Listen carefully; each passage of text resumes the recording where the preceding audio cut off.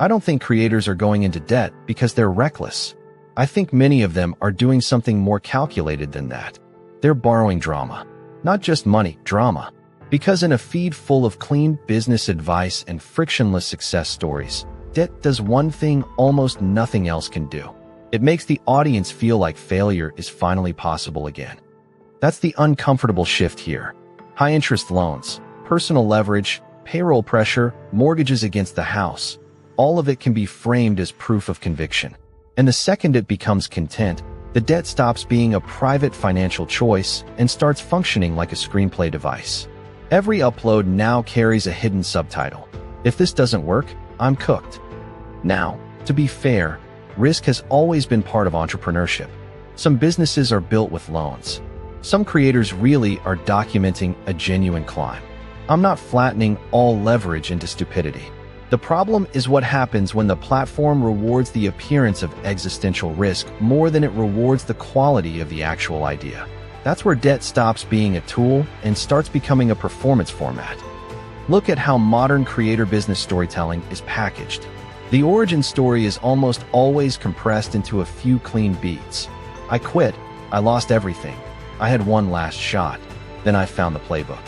Alex Hormozi's content is a useful case study here, not because he's secretly selling debt, but because his story architecture is incredibly good at turning financial pain into momentum. Lose everything. Rebuild. Lose again. Rebuild bigger. That structure is sticky because it gives business advice a villain, a clock, and a body count. And that's the key distinction. The content doesn't merely explain business mechanics. It narrativizes them. The edit suggests that suffering is not an unfortunate byproduct of entrepreneurship. It's a credential. If you nearly got wiped out, your advice feels earned. If you leveraged the house, maxed your runway, or publicly tied your identity to the bet, the audience reads that as authenticity. The format rewards people who can make strategy feel like survival. But here's where I disagree with the easy moral panic. The problem is not simply that creators talk about debt. The problem is that debt solves a content problem.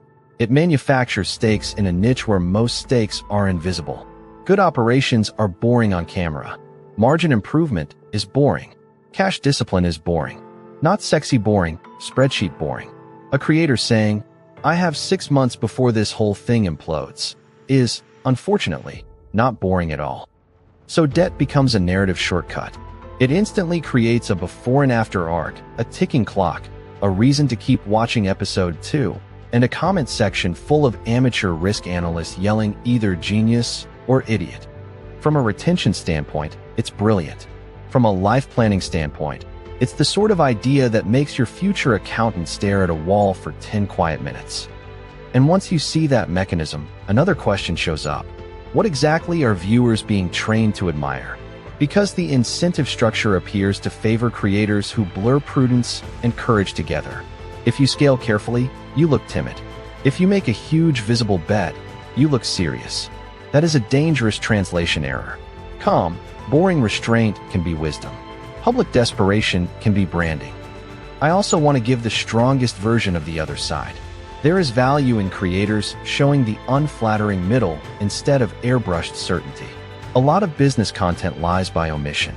It hides the burn, the uncertainty, the failed launches, the payroll panic. Honest discussion of risk can actually de-romanticize entrepreneurship. It can warn people. It can make the costs legible. That's good. We need more of that, not less. But the line gets crossed when the financial risk is no longer being disclosed as context and starts being optimized as spectacle. When the debt itself becomes the hook. When the thumbnail promise is basically, "Watch me gamble with my life, so this funnel advice feels real." That creates the impression that extremity is evidence. It isn't. Sometimes it's conviction. Sometimes it's bad underwriting with cinematic lighting.